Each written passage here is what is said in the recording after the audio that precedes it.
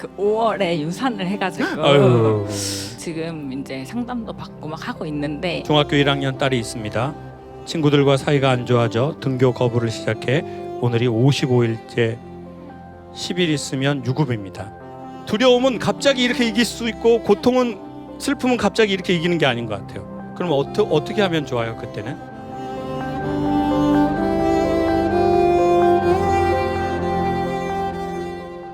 안녕하세요. 요즘 무기력에 빠져 강의를 매일 듣고 있습니다.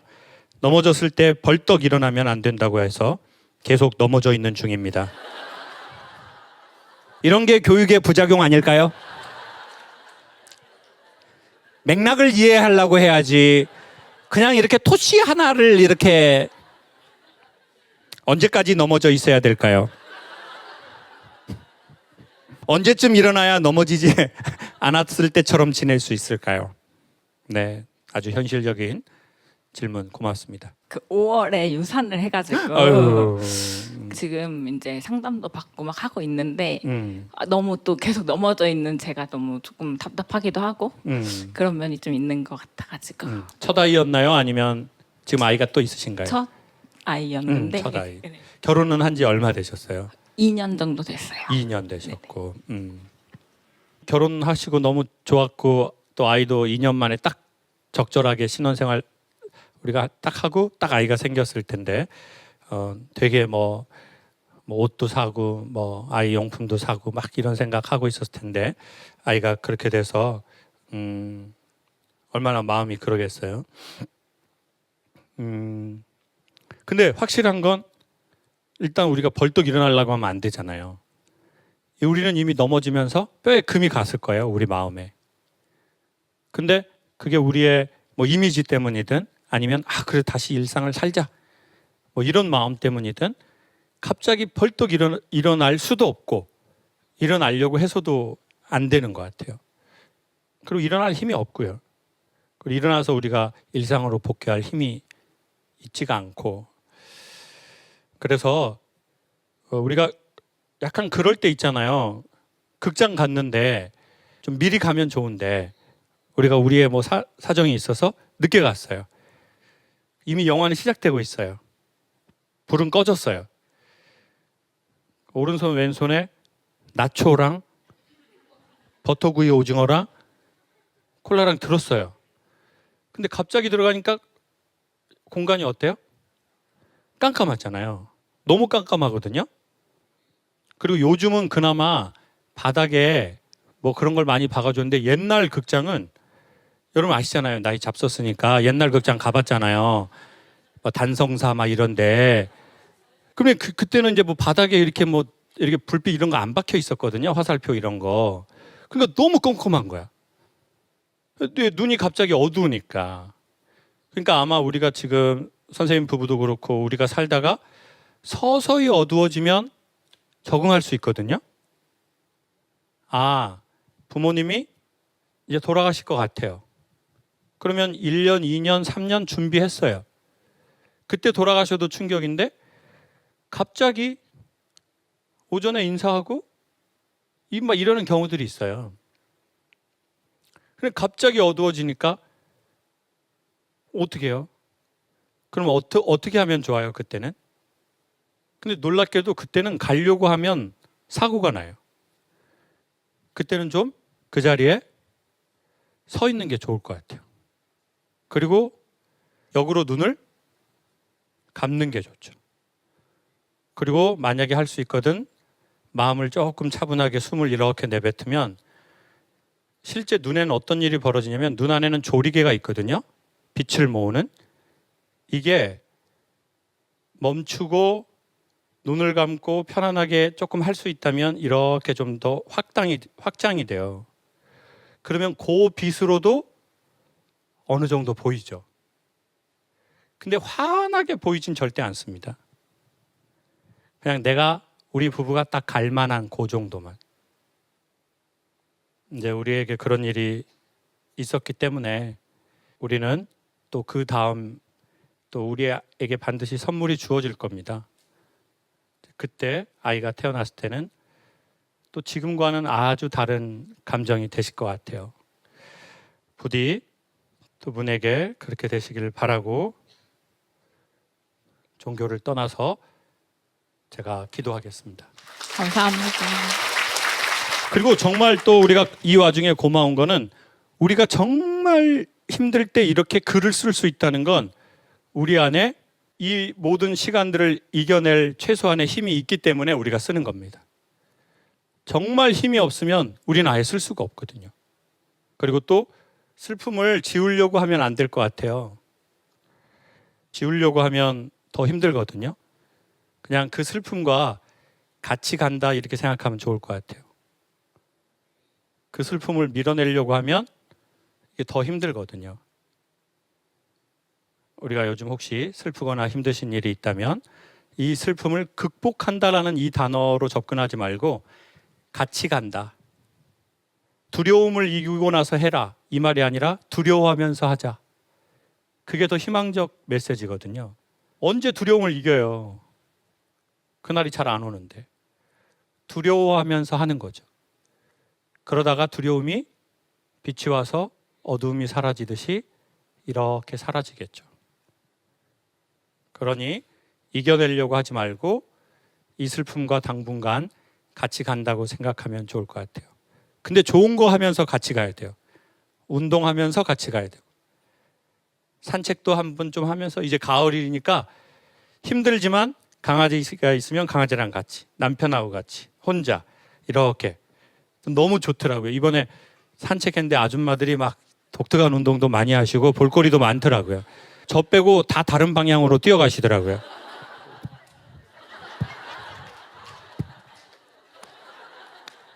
그 아줌마들 배때기는 왜 치시는 거예요? 제가 아니 몰라서 물어보는데 왜 치시는 거예요? 그렇게 하면 어떻게 돼요? 뱃살이 들어가요? 얼마나 맞아야 들어갈 거예요, 지금? 그리고 그 나무에 배 긁는 거는 그건 뭐예요, 또? 그건 뭐예요? 나무에 길을 뺏어오는 거예요? 그럼 나무는 뒤지겠네요. 이제 모든 동네 아줌마들이 와가지고 이 아줌마 저 아줌마 와서 나무의 길을 다 이렇게 앗아가니까 그 나무는 말라 뒤지는 거 아니에요? 두려움은 갑자기 이렇게 이길 수 있고 고통은 슬픔은 갑자기 이렇게 이기는 게 아닌 것 같아요. 그냥 같이 간다. 근데 좋은 거 하면서 같이 가는 거죠. 제가 말한 잠깐 누워 있어라 그건 1단계. 이렇게 힘들면 그냥 1단계. 계속 누워 있으라는 얘기가 아닙니다. 자, 1단계 정리할게요. 추천합니다. 살다가 힘든 일이 오면 갑자기 일어나려고 하면 넘어져서 또 사고 나잖아요. 그때는 정말 좀 내가 살 힘이 없으니까 그냥 이렇게 있어야죠. 그때는 오히려 안 먹는 게 나아요. 여러분, 대부분의 포유류 중에 상처를 입었을 때 먹는 거는 사람밖에 없대요. 대부분의 포유류는 아프면 일단 금식이래요. 왜냐하면 여기로 간 이 에너지를 소비하려고 이게 엄청나대네요, 에너지가. 그래서 일단은 금식해도 괜찮아요. 여기서 너무 잘 먹으려고 할 필요 없어요. 근데 그게 1단계. 그러다가 지금 선생님이 이제 2단계로 가야 될 때가 온 것 같아요. 자, 그러면 어떻게 해야 돼요? 이 고통을 이겨내는 게 아니라 고통을 한쪽에 가진 채로 산책도 하고, 여기 오신 것도 잘하신 거예요, 정말. 이 강연이라서 잘한 게 아니라 우리가 이동했잖아요. 이동한 거 잘하신 거예요. 좋아하는 책도 보고. 그리고는 근데 우리의 이런 마음이 들 수 있어요. 우리 아이는 그렇게 됐는데 내가 이렇게 좋아해도 돼요? 내가 이렇게 맛있는 거 먹어도 돼요? 나 그때마다 너무 미안하고 슬픈데. 여러분 보세요. 우리의 가족들이나 누군가가 떠났을 때 우린 슬퍼요. 친구도. 반려동물만 돼도 되게 그거 힘들어요. 근데 전에도 한번 그 말씀을 드렸지만 그건 저희가 먼저 삶을 떠난다 하더라도 우리가 남은 우리의 사람들에게 뭘 원하겠어요? 전 딱 2가지를 원할 것 같아요. 1번, 잘 살아라. 잘 살다 또 보자. 2번, 나 잊지 말아달라. 너무 유치하지만 나 잊지 말아달라. 자, 근데 먼저 떠난 우리의 그 사람들을 잊지 않으려면 어떻게 해야 돼요? 내가 건강하게 여기가 되어야 이 슬픔을 같이 이렇게 가지고 갈 수 있다고요. 근데 내가 마음이 너무 힘들어지잖아요. 슬픔이 나를 태워버려요. 그래서 이겨내려고 해. 이걸 떼어내려고 할 수밖에 없다고요. 왜? 내가 그러면 같이 죽는데요. 그러니 우리가 육체로든 마음으로든 조금 더 건강해져야 그 슬픔을 우리의 삶의 끝나는 날까지 함께 우리의 공간 안에 둘 수 있어요. 처음에는 힘들고 그 기간이 언제까지인지 모르겠지만 그 시간이 어느 정도 지났다 싶을 땐 우리가 우리를 세워야 우리의 그 슬픔과 계속 함께 할 수 있다는 거예요. 그러니 미안해하지 마시고 어느 정도의 시간이 지났다 생각하면 우리를 세우자는 거죠. 함께 하기 위해서. 중학교 1학년 딸이 있습니다. 친구들과 사이가 안 좋아져 등교 거부를 시작해 오늘이 55일째 10일 있으면 유급입니다. 딸은 처음엔 친구 문제로 학교에 가지 않았지만 지금은 너무 많은 결석이 부담스러워서 선뜻 못 가고 있는 것 같습니다. 딸에게 어떤 용기의 말을 줘야 할지 딸에게 용기를 주고 싶습니다. 제가 중학교 때까지는 잘 자랐거든요. 친구들하고 사이 좋고. 근데 이제 고등학교를 제가 공고를 갔어요. 공고를 가면서 제주 시내에서 1시간 거리 차를 타고 되게 멀리 갔어요. 저는 시내에 있는 유명한 중고등학교 붙어 있는 남자 고등학교가 2개 있거든요.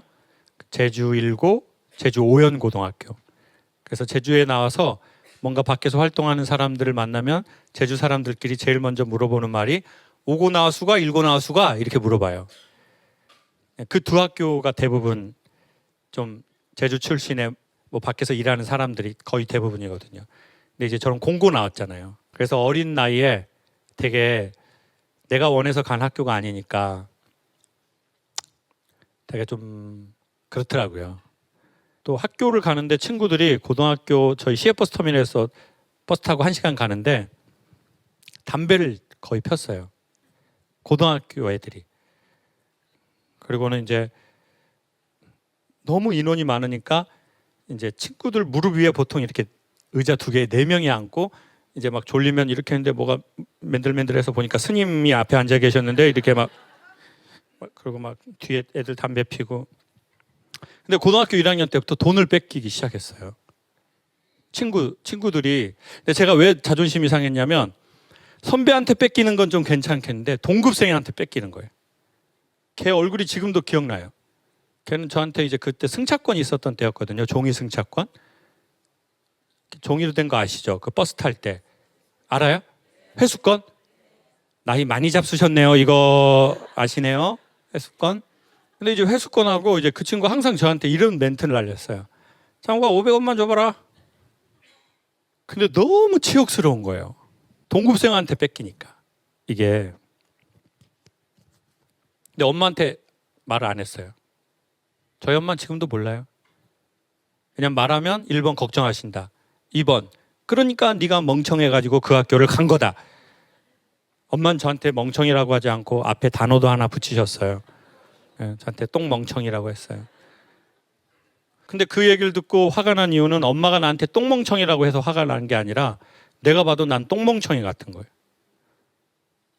난 공부도 못해서 이 학교 왔고 엄마가 그렇게 공부를 하라고 했는데 와서 동급생한테 계속 500원 계속 뺏기고.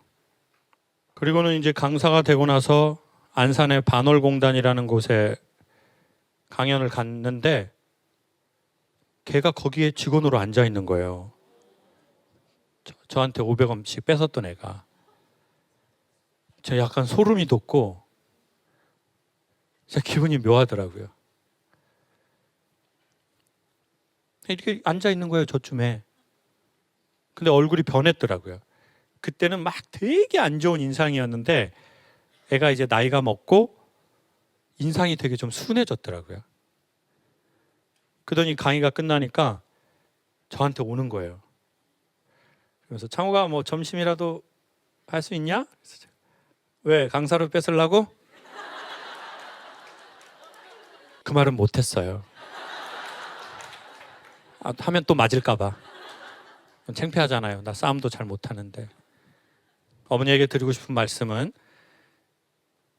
그랬던 아이도 우여곡절 끝에 또 어른이 되고 또 이런 강연도 하고 이래저래 살아가고 있잖아요. 아이가 지금 힘든 시간을 보내고 있지만 따님도 이 시기를 잘 견디고 잘 되기를 기도해 드릴게요. 많은 분들의 글을 받다 보면 어느 정도의 일은 제가 위트 있게 내가 생각해도 센스 있게 말을 할 수 있는 게 있는 것 같은데 어떤 이야기들에는 제가 위트를 넣을 수도 없고 센스를 발휘할 수도 없는 그냥 슬프고 힘든 시간들이 있어요. 그래서 저는 나이가 먹을수록 종교를 떠나서 기도하겠습니다. 우리 같이 기도합시다. 라는 말이 나올 수밖에 없는 것 같아요. 왜냐하면 사람의 힘으로 뭐 이렇게 거짓말처럼 딱 해주면 좋겠는데 시간도 바꿔주면 좋겠고 근데 이제 그렇게 될 수가 없으니 그때는 다 같이 기도합시다. 라는 말밖에 안 나오는 거죠. 왜냐하면 우리 인간의 범위를 벗어난 일들이 자꾸 생기니까. 진심으로 우리 젊은 부부와 우리 선생님의 아이를 위해서 기도하겠습니다. 나머지 분들도 혹시나 종교를 떠나서 마음이 생긴다면 살짝이라도 기도해 주시면 고맙겠습니다. 안녕하세요, 강사님. 결혼 2년 신혼부부입니다. 저녁 식사 때마다 하는 남편과의 대화가 항상 감정이 상하며 끝납니다. 올가을에 결혼하실 분들 이 글을 많이 봤으면 좋겠습니다. 구체적으로 남편은 신나게 그날 있었던 회사 생활을 미주알 고주알 이야기하는데 전 그 대화가 즐겁지 않아 점점 경청을 못하게 되고 건성으로 대답을 하게 됩니다. 그러면 남편은 서운해하고요. 잘 들어주고 싶지만 쉽지 않네요. 추신, 강의 잘 듣고 있습니다. 자, 이런 말씀을 드리고 싶습니다. 제가 보기에 이 결혼이라는 거는 어떨 때 하면 좋으냐면 여러분 우리가 이 바지 안에 안쪽을 이렇게 딱 까보면 시접이라는 거 아시죠? 이렇게 감아가지고 이렇게 여분을 준 거. 그 시접이 조금 있을 때 하면 좋은 것 같아요. 그러니까 우리는 잘 맞으면 결혼한다고 생각하잖아요. 근데 그거는 여성분들도 딱 그러잖아요. 나 이거 딱 33, 뭐 30인데 딱 맞아요. 근데 내 몸의 변화가 오잖아요. 그러면 그 옷을 우리는 안 버리는 분이 있어요. 자기 뺄 거라는 거예요. 그럼 뭐 뭐가 너무 많으니까 좀 버리든지 뭐 팔든지 정리하고 좀 그래라 그러면 뺀다는 거, 빼서 입는다는 거예요. 빼던가요? 거의 안 뺍니다. 자, 그러면 내 안에 시접이 있으면 수선집에 가서 좀 늘려주면 되거든요. 근데 뭐가 없냐? 마음에 시접이 없는 거예요. 여분이. 그러니까 잘 맞아서 결혼했고 잘 맞아서 사업했는데 뭔가 상대방이 변하든 내가 변하든 변하니까 같이 못하겠다는 거예요. 그래서 결혼은 상대방의 문제도 있지만 이건 상대방의 시접일 수도 있지만 나 자체의 시접이 있거든요. 자기 자체에 조금 한 요만큼 이게 있는 사람이 있어요. 그게 있으면 남편이 예를 들어 뭐 이렇게 얘기해도 뭐 좀 그래도 좀 내가 여유가 있으니까 들어줄 수 있죠. 보통은 이게 거꾸로잖아요. 여성이 막 얘기하거든요. 막 나 우리 팀장님 때문에 진짜 짜증나. 나 진짜 막 못한 얘기했어. 그러면 남자는 그만둬. 3년째 그냥. 너도 문제가 많아. 들어보니까 더 힘들어. 그분은 너 때문에. 이게 왜 그러냐면 내 마음에 여유가 있어야 그래 그래 그럴 수도 있지. 엄청 힘들었겠다. 이건 사랑으로 하는 게 아니라 내 마음의 여유로요. 근데 그 여유가 있으면 사랑이 생기겠죠. 이 뭐 남자든 여자든. 오늘 결혼하시기 전에 분들이 오늘 오셨다면 결혼은 나랑 잘 맞는 사람하고 하는 것도 있지만 내가 좀 여유 분량이 있을 때 하면 좋다라는 말씀을 드리고 싶네요. 근데 우리는 결혼 언제 하려고 해요? 딱 맞을 때. 나랑 너무 잘 맞는다고 생각하는 사람이 드디어 나타난 거야. 그래가지고 얼른 결혼했네요. 결혼하고 보니까 합창이 나오네요. 안 맞아. 변했어. 예전엔 그러지 않았는데 변했어. 그래서 좀 몸이 변했죠. 근데 내가 시접이 있으면 받아주잖아요. 근데 나 시접이 없으니까 못 받아주겠어. 그렇게 하면 세상에 맞는 사람 몇 사람 있을까요?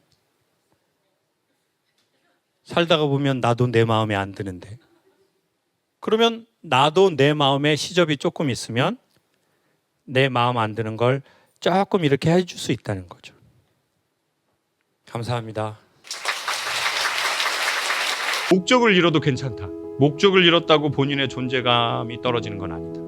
이게 진짜 제가 하고 싶은 말이에요. 저와 여러분에게 너무 우리의 존재 가치를 우리의 효용성으로 입증하지 않았으면 좋겠어. 신과 어머니가 인간을 대하는 방식이래. 누가 그거를 가장 잘 대변하고 있냐면 반려견이라고 합니다. 집에 갈 때마다 뭘 해주죠? 그런 와이프가 있나요? 남편이 왔는데 막 부담스럽지 않을까요? 오직 나를 나로 좋아해주는 신에 매우 근접한 존재래요. 우리의 미션 의식, 우리의 사명감을 우리가 못 맞추더라도 저와 여러분은 소중하다라는 말을 전하고 싶어요. 나의 효용성보다 내 존재로 나를 그리워하고 나를 환영해주는 존재. 인간에겐 그게 필요한 것 같습니다.